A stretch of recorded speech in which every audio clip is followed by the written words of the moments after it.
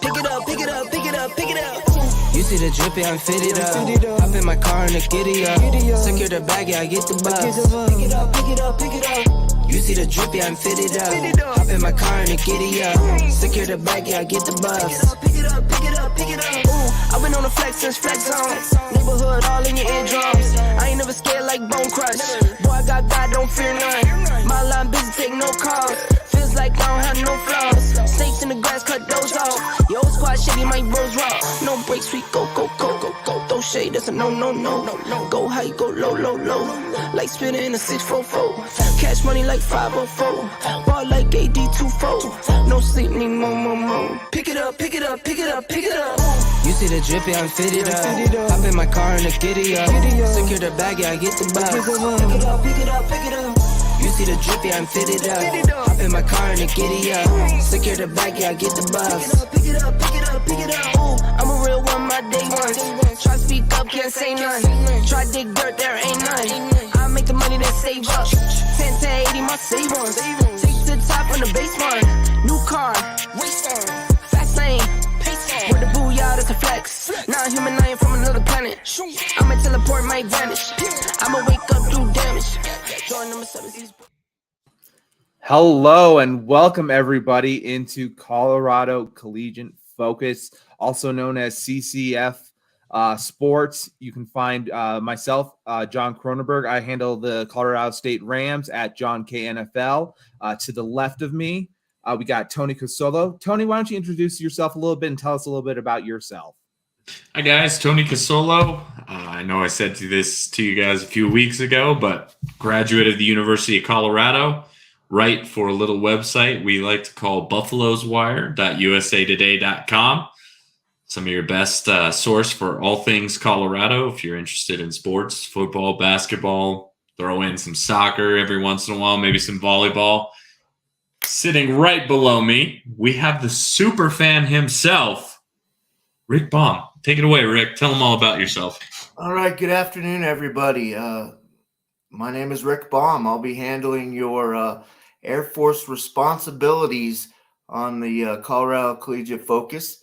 Those include, but are not limited to, some of the insider stuff that I'm able to do with the Air Force Falcons, because I am definitely not media, at least this year.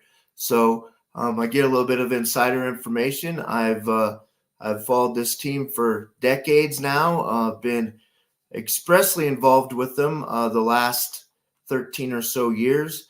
Mentor a couple dozen players, and I have 10 pages of all kinds of different stuff associated with the Air Force Academy. You see my primary location on X, Falcon 8 fan. I also do the history of Air Force football with Alex Insco, another insider. I also have a bunch of Facebook stuff, which if you're on my Facebook page now, you're seeing this live or taped if you see it later. And also do Air Force basketball, Air Force baseball, coming soon lacrosse, and maybe a little boxing this November. Ooh, boxing. Now that would be something to do that I just don't see many done in many sports. So I would love to get into boxing a little bit. Now I went to CU as well, as Tony did, and Rick, you had your daughter go to CU. So we all have that connection of CU as well. When it came to, drawing up this roster from these great guys, I kind of built this team, and I drew the short straw and got CSU. So that's kind of how Rick had put it when we've gone to some practices. But, at the end of the day, it's been actually very fun covering the CSU Rams and seeing how they've developed as a football team, kind of where they've come from the beginning of this year, and also just seeing where they're going in the future with some of their pipeline and going along that line. So it's been very good to actually been able to watch the Rams and see them win again this week. So why don't we go from there? And what team should we go off of first? Should we go with a winning team and start with the superfan himself and start with the Air Force Academy? Let's go ahead and do that. We're going to go ahead and start. Roll it. We'll roll it.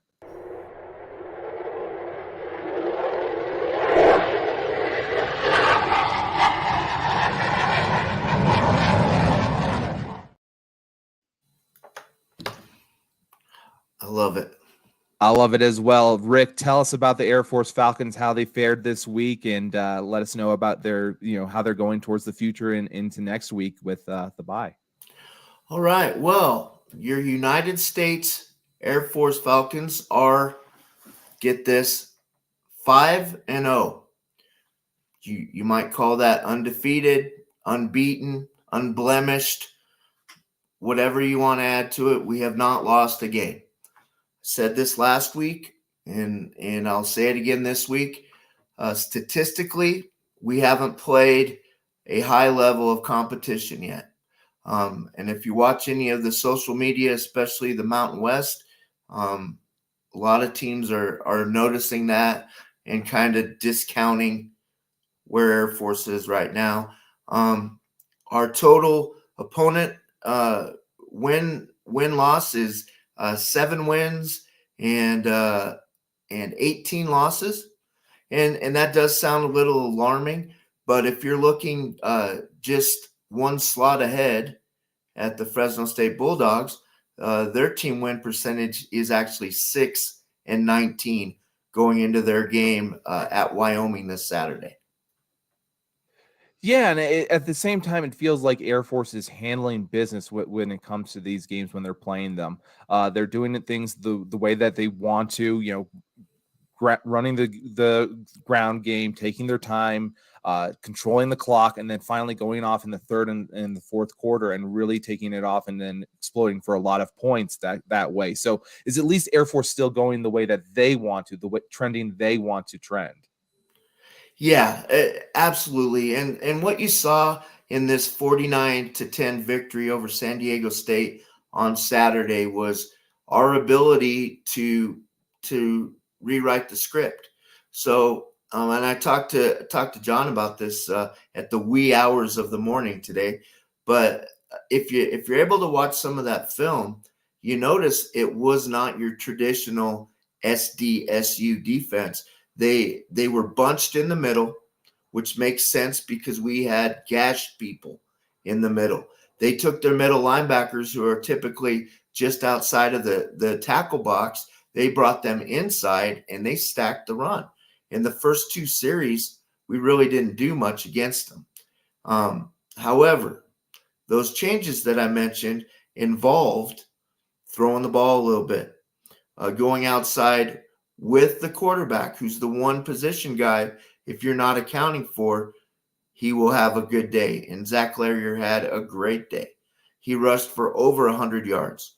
He threw 6 of 7 for 189 yards. He had a quarterback rating of 99.5, which, Tony, that's a pretty dang good rating. And now it's just about what happens next. The guys that blew up in that game are your traditional guys with a couple exceptions. Trey Taylor, pick 6. I documented on our X page the pick 6 dance that Trey unveiled on national TV on Saturday night. Bo Richter, a sack, a couple pressures. Alec Mock is a 10+ a game tackler. This Bolt Diesel offensive line is the reason our offense is so successful. So you throw in some names you haven't heard much of, some Jared Rosnos, long touchdown pass, a couple receptions. Cade Harris filling in for an injured Dane Kinnaman. Excellent game, 1 rushing and 1 receiving touchdown. And John Lee Eldridge, who was the talk of this cast a week ago, even made it on our post. He only had 4 carries, and of course, he's probably the most frustrated guy you can meet. But still, 8.6 yards a carry on the season. We will get him the ball in the right situation, and the future's bright. We get Peyton Zadroik back after the bye week, and we'll see what happens. Let me ask you real quick. Some of these, it feels like San Diego State University came out here. They came with this idea of, hey, let's make sure the A gap is filled.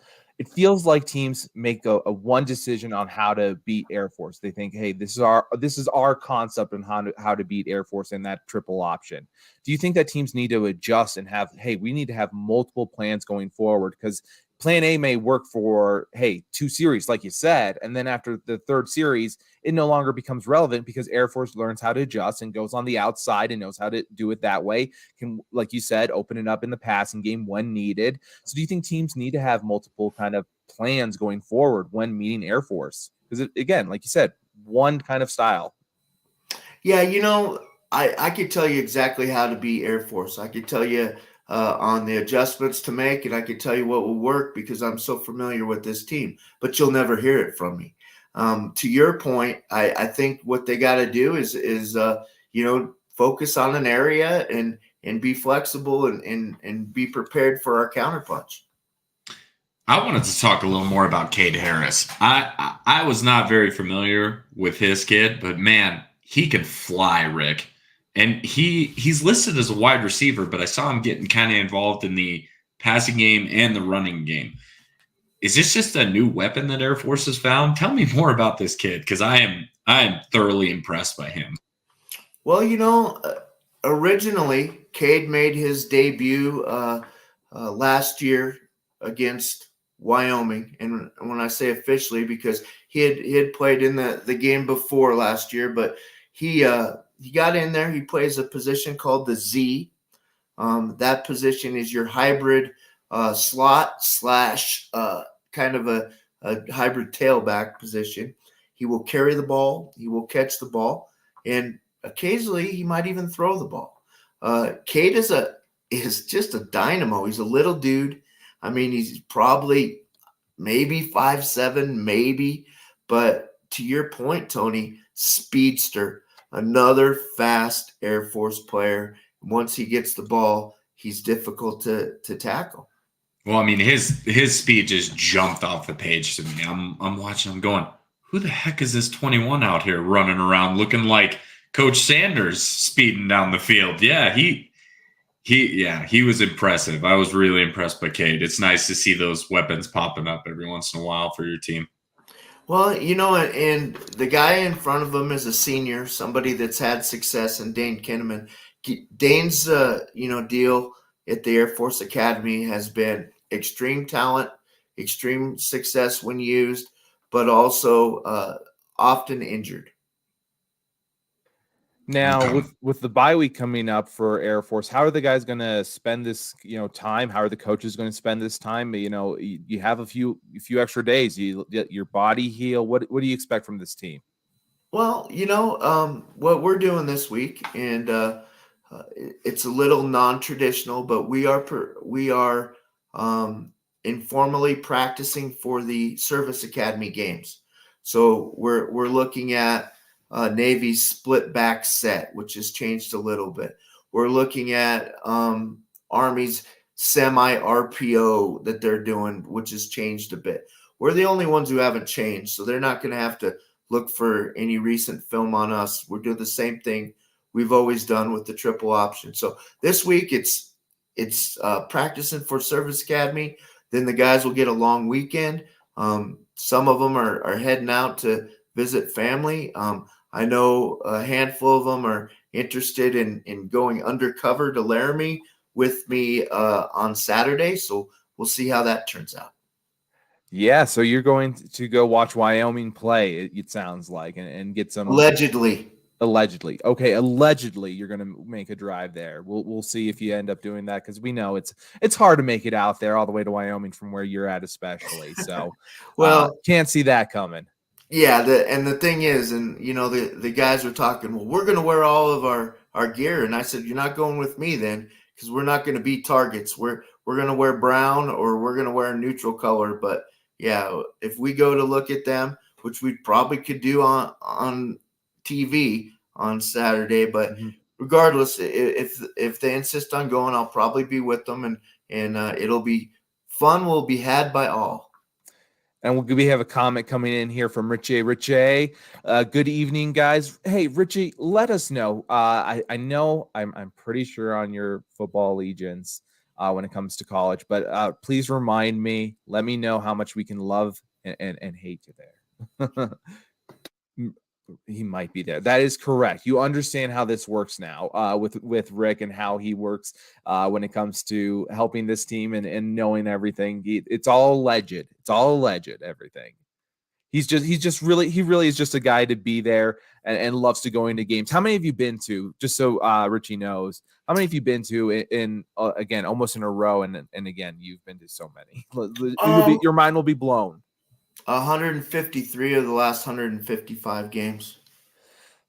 And again, those a couple games that you weren't there, it felt like the team had you in mind and spirit in those games. Yeah, so. Actually, I got a lot of some FaceTime. My dad had COVID, so I had to miss a little bit, and the guys picked me up, and it's great. And as of now, I'm probably going to miss one this year with my daughter getting married in November, so I couldn't talk her out of it. So we'll have to, miss Hawaii of all places, which I've been there before, and it was an awesome experience watching us win there, which I expect for us to do. It kind of feels like the game that we need to fill in for them, huh, John? Maybe we can head out to Hawaii. Well, yes, we're going to head out to Hawaii. We will be there. We will be feeling the nice dew on the – and you're buying the drinks, though, right, Tony? Of course. Yes. We're using your miles, of course, and we're same room, right? We're going to share a bed, right? Of course. We're doing the cheapest way. We're going to cuddle, man. Got to save money somehow. Exactly. We'll use some points of mine, some points of yours. We'll make it work. All right, guys. Well, I'm on a bye week, so I want to hear about what you guys got going on coming up and how your game was this last week. I know, Tony, I don't know if you could see, but I still have my eyebrows, so we're good. It was at 60 seconds, baby. 60 seconds. That one, because I was at that game too, and boy, that one. Let's go. Let's go to see you.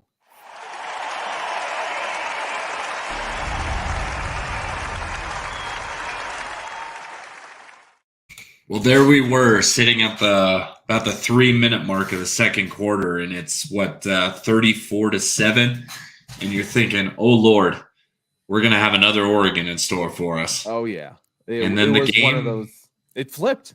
Yeah. It flipped, absolutely flipped on a dime.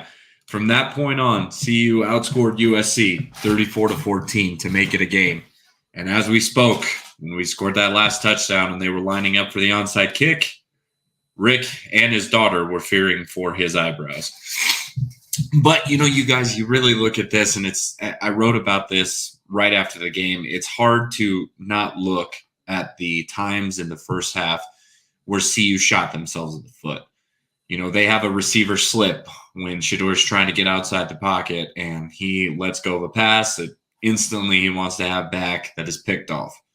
You set up USC at the 22. A little bit later on in the first half, they line up for a punt, gets blocked, set up USC at the 23. Both of those possessions turned into touchdowns. In a 7-point game, you look at those mistakes, and you can't help but think self-inflicted wounds that cost the team this game. Oh yeah, I mean, for me, immediately those special teams felt like this cost this team the game. When I was watching that blocked punt, it felt like it was going in slow motion. I know those Aussie kicks, they always tend to feel like they're going to go in slow motion, but everyone was screaming, "Oh no, it's here we come," and here they come, and it just was evident that it was going to be blocked. And again, you can't have missed field goal attempts that should be made. That just can't happen. I think you have to make a move on from Jace Feely at this point. I want to get your opinion on making a move at kicker. Yeah, I mean, I would think, again, Coach Prime talks about it every time he talks about Mata, but Mata doesn't miss. He hits every kick that he gets an attempt at. I think Jace is still trying to get his legs under him, still a young player, and might do him some good to be on the sidelines for a little bit while Mata don't miss, takes all the attempts. Yeah. I'd be up for that. Ultimately the missed field goal, it hurts, but you still would have had to recover that onside kick in order to try and make it a game. But you can't miss field goals. You can't give away points against a team like USC. But to see the fight that the team had in them to go from down 34-7 to, hey, it's a touchdown game with 2 minutes left and we have a chance in an onside kick. It was an incredible turnaround to see out of this team, and just speaks to the resiliency that team and coaches have built. Yeah, this team's for real, Tony, and it's so nice to have them competitive this year. Now, both of your clubs, CSU and CU, both had a conference freshman of the week. Could you tell us a little bit about the receiver from CU? I think his last name's Miller.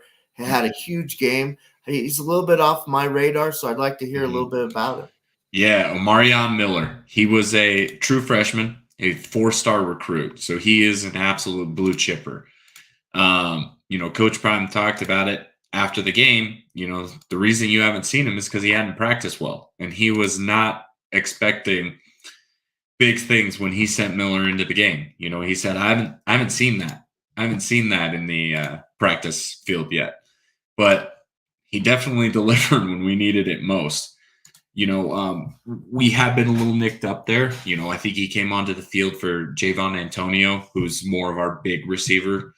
Because Omarion Miller does have some size. He's listed at 6'2", 195, and he can fly. He can run.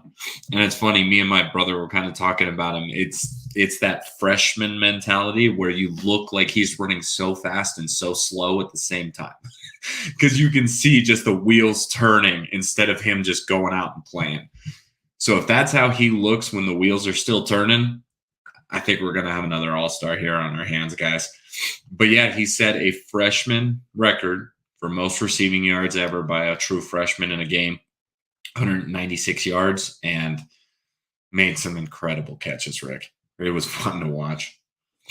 Yeah, I really like that, seeing him come back to the ball. That's kind of, even though he's a freshman, seeing some of that and, some of those veteran kind of moves and coming back to the ball and then taking it up quickly up the field. Really love seeing that, because, again, getting some yak after the catch was also very important when I saw from Miller. Again, just big change of momentum when he got the ball. For sure. And, boys, he wasn't the only true freshman to get into the game. Fans have been clamoring for it. We finally got to see a Cormani McLean sighting, and man, did he look good. It's another one of those things where Coach Prime has been preaching. These guys need to practice. These guys need to put it together on the practice field before they see it on the field. And man, he looked great. That pass deflection in the red zone gives you just a little glimpse of, man, this guy is great. And not to discount him, we also saw Jaden Milner-Jones, another defensive back, true freshman, had to be put in the line of duty because of injuries and held his own. So the freshmen are starting to come for the Buffs, and it's exciting.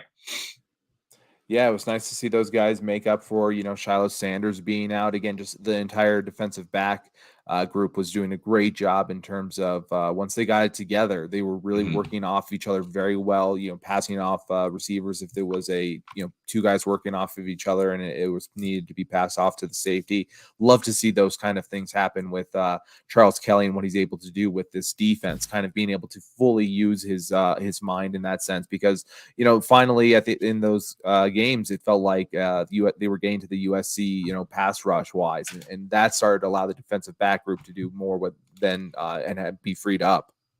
Yeah, and it's one of those things. And again, I'll try and find the article and dump it into the comment section the next time I'm muted, so you don't hear me clacking away on my keyboard.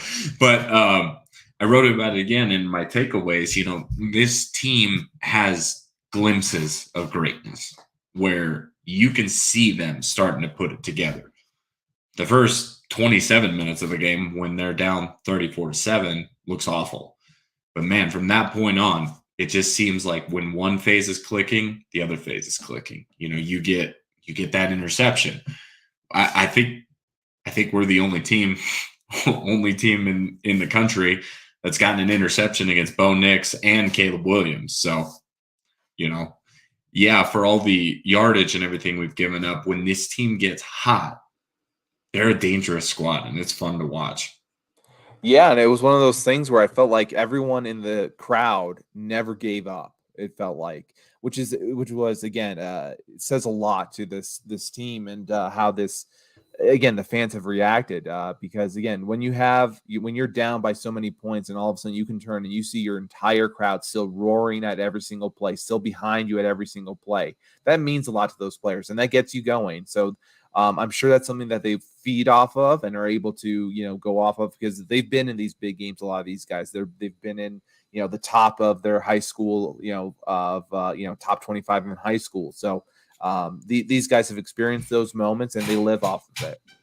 Yeah, I was sitting next to a guy that writes for Ralphie Report, and we were both commenting. We had the windows open in the press box, and man, it's some of the loudest I've ever heard Folsom Field. We both took video of the Buffs trying to get a third down stop late in that game. I think it was right near the missed field goal.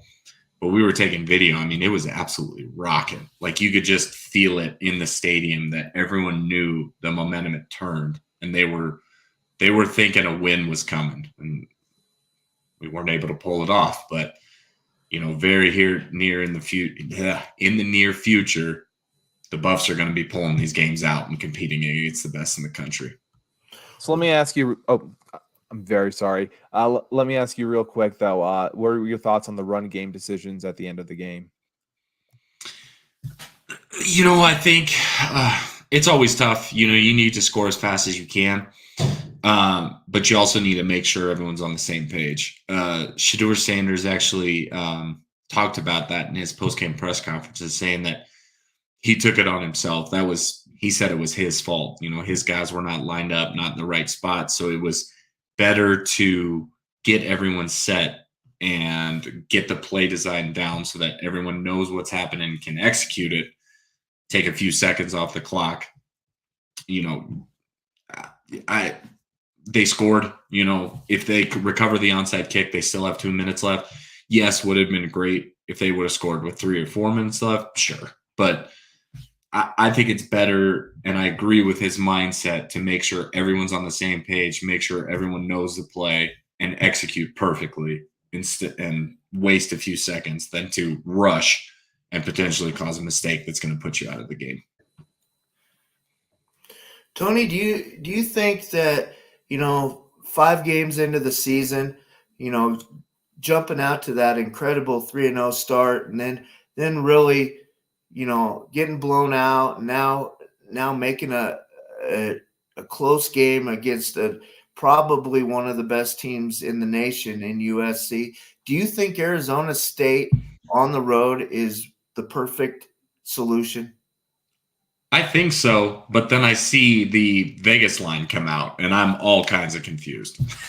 So, it's been one of those things, and I've been harping on it since the beginning of the year. I don't understand the betting lines that are being taken with CU. So for those of you that haven't seen it yet, CU is open as only a 4-point favorite over Arizona State. Now you see that we've beaten a lot of good Power 5 teams. Right, exactly.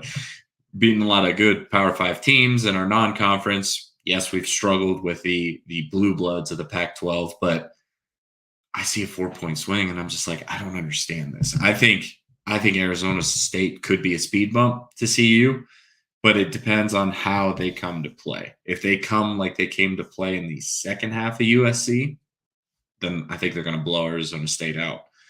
If they look like the team that played in the first half against USC, where we're making mental mistakes, we're getting punts blocked, we're throwing, turning the ball over, then it could be a lot closer than people are thinking.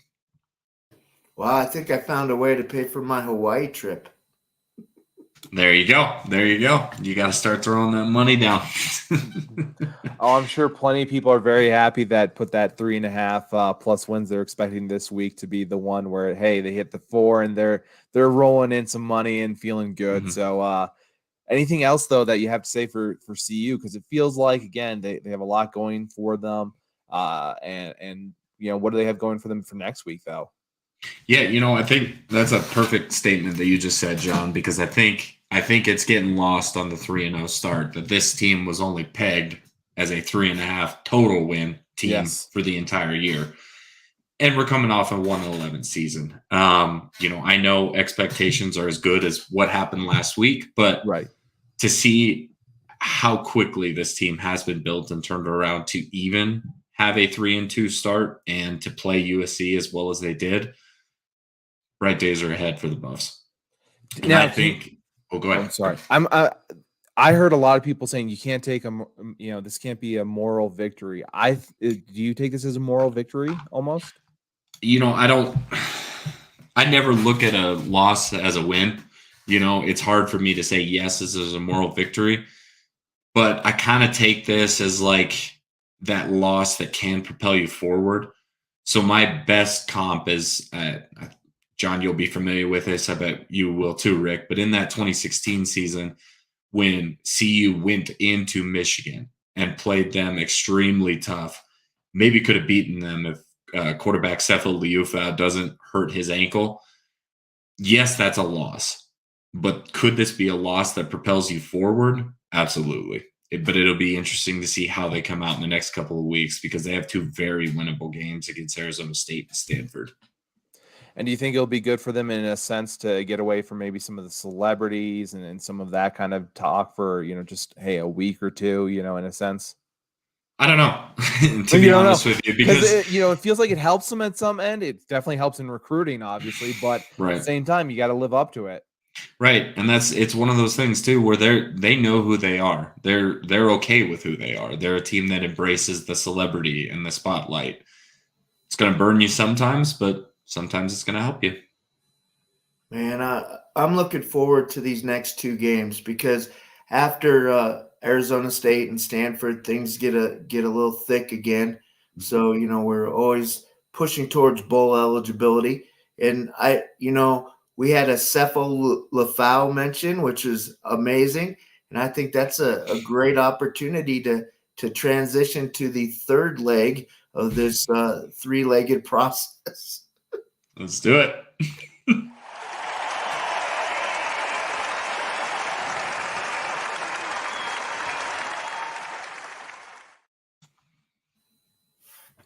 Oh man, Cam the Ram must have been frightened last night, or on Saturday, with all of the thunder and lightning going on that kept the Colorado State game, just waiting on edge. Just hey, you're told, hey, 20 minutes, 15 minutes, and here I was, on their Mountain West app. So it didn't give me a really good signal of what was going on. So I was watching it on my TV. So, for example, I should have had it on my phone and watching the Air Force game where I could have been entertained while I was waiting for these huge long breaks. But I went with the TV for Colorado State.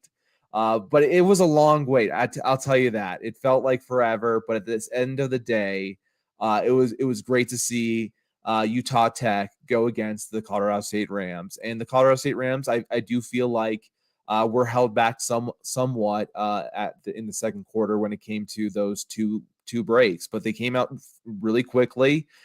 Came out in the first quarter 14-3. Again, you're seeing so much from BFN, Braden Fowler Nicolosi at this point, who again is one of those freshman player of the weeks, who's been really impressive.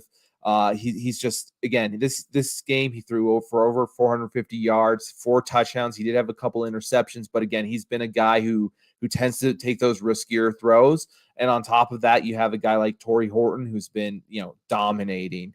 This game, he had 10 receptions, over 225 yards, 3 touchdowns, just amazing kind of game for him again. And Holker as well for tight end. When you're talking about Mike Harrison doing really well for the Buffs, the next guy up there is Holker, who has, almost had 100 yards, I believe, but he also had another big touchdown game where he's been kind of noticed as so far. So I really like what the Rams are doing. They came out with this win 41-20 in the end. It took them a while to get going, but it really was one of those things where I was impressed with a lot that was happening, again, besides that running game. You brought up Holker, and he's a guy, again, like, Cade Harris caught my eye. Holker is a guy that catches your eye when you watch the Rams. It's kind of mind-boggling to me when I look at this with the history of CSU and how great tight ends they put out. But I think the school record is only 6 receiving touchdowns by a tight end. Wow. Holker is at 5 right now. I mean, this kid's going to blow that record out of the water. Like, he is an all-star. Tell me a little more what you think about Holker here. Yeah, I agree with you. He's definitely going to be one of those guys who's going to be able to blow that out of the water. He's made some insane catches as well. That's one of the big things that he's been able to do is, a lot of people may have given up on some of those plays. He goes ahead and he puts his body on the line and makes those catches. He's a huge body frame, 6'5". I feel like, again, he's someone who can, extend his body a little bit further. Previously at BYU, I'm not sure why that didn't quite work out to such success. But, here he was available for Colorado State. You hear guys like Jim Nagy saying, hey, we need to get this guy on our radar as soon as possible, get him into the Senior Bowl maybe as soon as possible. So I feel like CSU just, again, went very hard in terms of their side of, hey, we're going to hit the portal very hard. They went after guys very much so.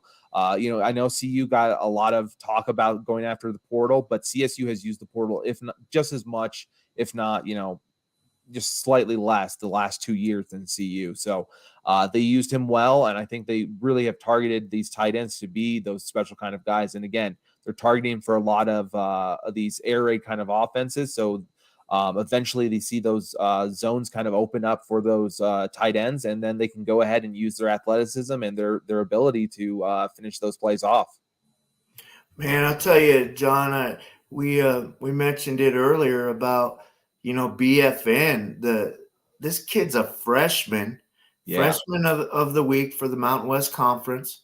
My guy Larrier was the offensive player of the week, also for the Mountain West Conference. But man, Braden is such a bright prospect for this team.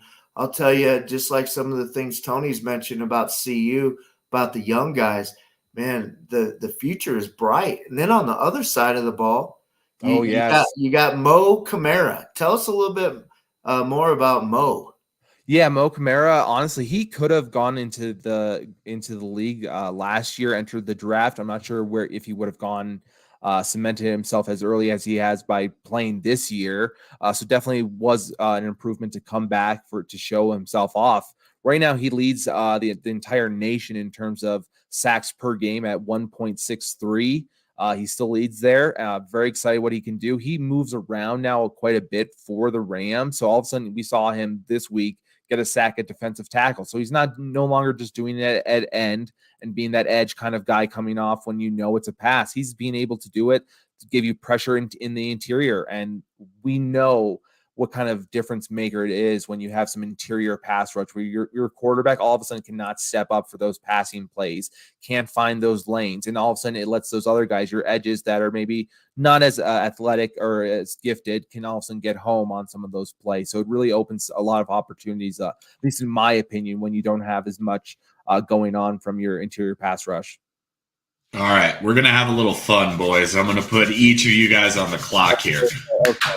Now, Rick mentioned there that Zach Larrier was named Offensive Player of the Week for the Mountain West. Yes. There was a not so quiet contingent on Twitter that believed that should have gone to Torrey Horton because of his performance. Oh. So I am putting 30 seconds on the clock for you, John, first to tell me why Torrey Horton should have been Player of the Week. And then, Rick, you get 30 seconds to say why Zach Larrier deserved getting Offensive Player. All right, my 30 seconds are on the clock. We got Torrey Horton. He had 10 receptions, first of all, out of 26 of those receptions, of those completions. So he really controlled that Colorado State offense. 227 yards, averaging over 20 yards per catch, 3 touchdowns. This offense ran through him. It came to many different routes. You stopped those crossers. He was able to beat you over the top. This was amazing when it came to Torrey Horton. And am I out of time? And time. Okay. Okay, Rick, you ready? Hope you have your notes prepared. And go. First and foremost, John, I know you have a love affair with Tony Horton, so we'll let that go the wayside. The reason Zach Larrier is and was the choice is because first-year starter, 2-time 200-meter Mountain West champion. This guy is a is a quick work in progress. He's picked up and has not lost as a starter. The guy was efficient, 6 of 7, I mentioned earlier, for 189 yards and rushed for 103 yards on 11 carries. The defense rests. I don't know who to pick. We're going to have to go to you guys, okay? In the comment section, you tell us who should have been Team Mountain Horton. West Player of the Week. Team Horton or Team Larrier? Let us know. Who, for me, it's almost like, do you think that BFN would have had that kind of same success without Horton? And my thought is absolutely not. And I think if you play someone else in at quarterback for Air Force, I think they still have maybe a similar kind of success. So that's one of my things I'd like to add before I hit. Now I will rest my case. I didn't rest it. I didn't rest it yet. Well, I'm going to be the impartial third party here and kind of sit on the fence, and we'll say that we've talked about it in the past. Horton is a guy that is absolutely headed to the NFL. He is a dominant force. We've seen great wide receivers run through Fort Collins before. He might be the best of them all. And when he gets going like that, there's nothing you can do to stop him. But now, real quick, Zach Rick. Larrier, Zach Larrier, he is conducting the offense. So even when he's not carrying the ball, even when he's not throwing the ball, he's having to make the read. He's that first option. He's having to either give it to the fullback, tuck it, pitch out to the running back. Again, I'm going to sit on the fence. I'm not going to go either way, but I'm going to let the comment section decide. Fair. That's fair. That is. You mentioned Horton might be one of the best. Is that a list? Michael Gallup, Rashad Higgins, even the informable Pete Rebstock. Man. Ah, there you go. I like that. You went deep. I'm going deep. Well, wait, now that we're going deep, hey, Rick, tell us a little bit about what's going on in the state of Colorado for some of these other schools that are doing so well, because CSU Pueblo, tell me. Well, so one of the things that we've decided on this page now that we're going live is we're going to kind of just touch on the other programs in Colorado, not necessarily at the D1 level, but Colorado football is Colorado football for us. So the CSU Pueblo Thunderwolves scored 85 points on Fort Lewis this past weekend. And did they play the Broncos? No, actually, Fort Lewis might have had a Bronco defense that day, but everybody got to score in the game. I think literally just like the movie, the Water Boy had 2 carries for 15 yards and a 2-point conversion. We had UNC to the north of us. They lost a tough battle with Weber State, 28-21. And then we had some local battles. We had Western and Mesa. Western blew them away, 43-7. Adams State, who struggled a week ago, they got a win against New Mexico Highlands. And then one of the teams that literally I can see from my window at Colorado School of Mines continues to roll. They stuck 5 touchdowns on Chadron State and only gave up 1. That's a team that's going to be in the mix this year once again. My dad, as a proud alumni of the Colorado School of Mines, applauds you for giving those score updates, Rick. Thank you. And I'm sure that's a school you definitely have to be proud to be an alumni of. I'm sure he's done some great things. So, hello, Mr. Casola, if you're watching. Hey, Dad. Happy birthday, actually. We could tell him that. It is his birthday today. Happy 21st. I don't know how that all worked out, how your son has this beard and it's so thick, but hey, congratulations. Yeah, I imagine Tony's dad has like a Moses beard. It flows all the way down to his knees, and it's got different degrees of shading, and it probably looks amazing. He just keeps the mustache. He's a mustache man. Does Yep, he? He's Now, a mustache man. Now, does he have any cool little? Nope. It's just high and tight, very nicely trimmed. Yeah. Classic look. See, I should have before our bet, I should have made sure before I went to the CU game because man, my lips actually got burnt at the CU game. I couldn't believe it. I'm like, man, I feel embarrassed. They look so dry. They look those 10 a.m. on games camera. will get you. They will. No, They will John, get you. Listen, they're probably just chapped from kissing Tony Horton's butt. Oh yes, of course, because you know if I could meet him though, I think I'd be kissing Graham Glasgow's butt first, actually. But there is definitely some flattery there where I would definitely I love the guy and I think he is a future first round pick, and we're gonna make sure that still happens. We got a lot of guys though, it feels like, that deserve those Senior Bowl kind of games. Don't you guys agree? Yeah. Between I know you don't have as many guys. You have a lot more freshmen, but it feels like it. Yeah. I think the state of Colorado is going to be well represented in the postseason All-Star games. Yes. If you don't get into, if for some reason you go out early and then it's going to be the East-West Shrine game, take advantage of that. And then those games you can turn into, if for some reason you have a really good game, then you're into the Senior Bowl. So you can have some of those guys have two. Yep. Yeah, exactly. It's going to be fun to watch. It's awesome. Now, Rick, could you see any of your guys doing two games? Yeah, Trey Taylor. He was on every watch list in America, and he's done nothing to make any of those games or that notoriety go away. He's every last two games, 2 interceptions, pick 6, 51-yard return against San Jose State. We're going to see him. We're going to see some of that Bolt Diesel offensive line for sure. And, probably some other guys like Bo Richter definitely, get an opportunity. As we get out of here, we're kind of pushed for time here a little bit. Why don't I talk about Utah State, who's going against CSU? They've had a little bit of ups and downs. They had a pretty easy win against Idaho State. I believe that's under Coach Hawkins, not Dan. That is Cody Hawkins. Cody. Yep. Yeah.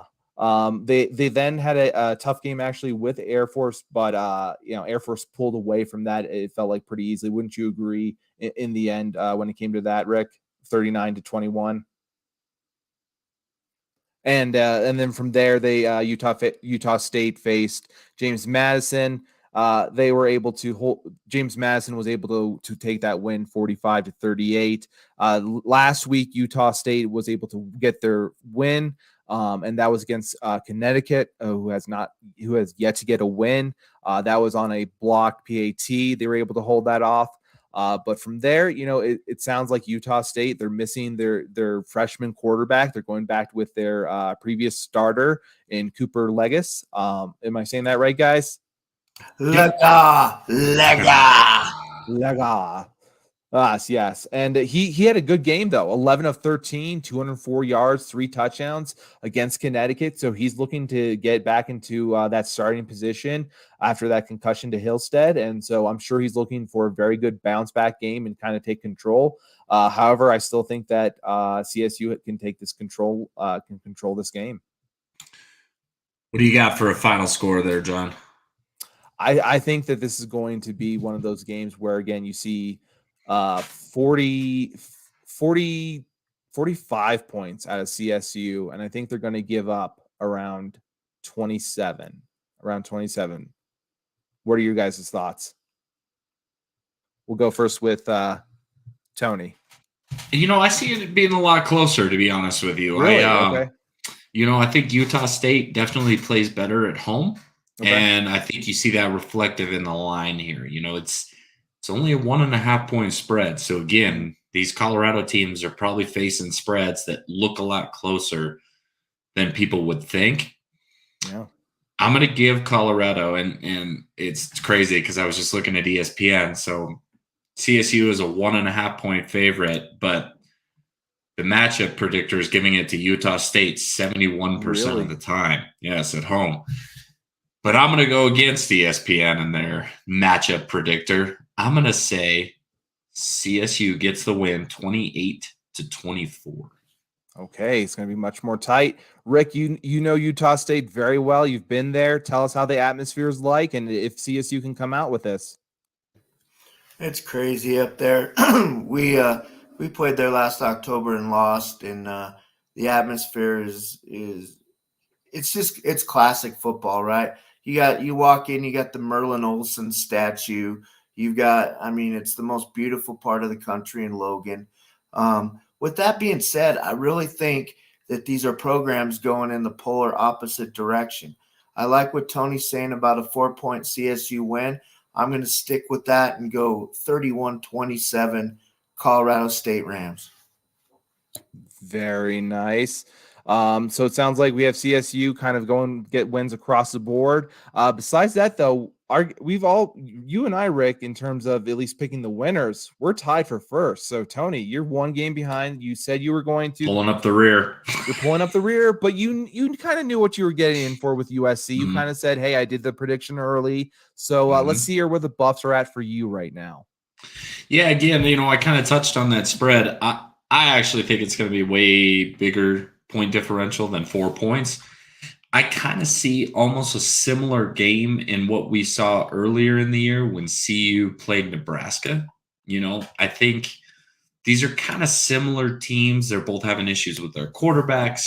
They've kind of flip-flopped between the 5-star stud in Jalen Rashada to Notre Dame transfer Drew Pine. It's been one they can't settle on a quarterback. They'll play tough against USC, but then they'll get blown out by other teams. I have it in that 35-10 kind of range. Man, you took my exact number. So I will go 38-13, just to kind of keep it somewhat in that same range. But I do have CU being able to right the ship and get going, really being able to produce well here. What about you, Rick? Well, I think CU's defense is just abysmal at times, and for you guys to say 10 and 13 points, maybe something I don't know, but I think the offense is prime. Yes, I said it, and I'm going to go 37-27. CU. I agree with that, though. At the same time, maybe it's just me hoping finally that ASU, CU can take care of a team they should have and how they should. But you're probably leaning towards actually where my head should be leaning, actually, Rick, when I hear you say it. So you're not wrong in many ways. I probably should be adjusting, but I'm still going to stick with it. I got a bonus game for you guys. Now, Let's do it. This won't affect our internal competition. However, I think it's one that I'd like to get your take on. So the game that I may or may not be attending in Laramie, Wyoming, Wyoming hosting number 24 Fresno State, the only ranked team in the Mountain West Conference. What's your guys' take on that game?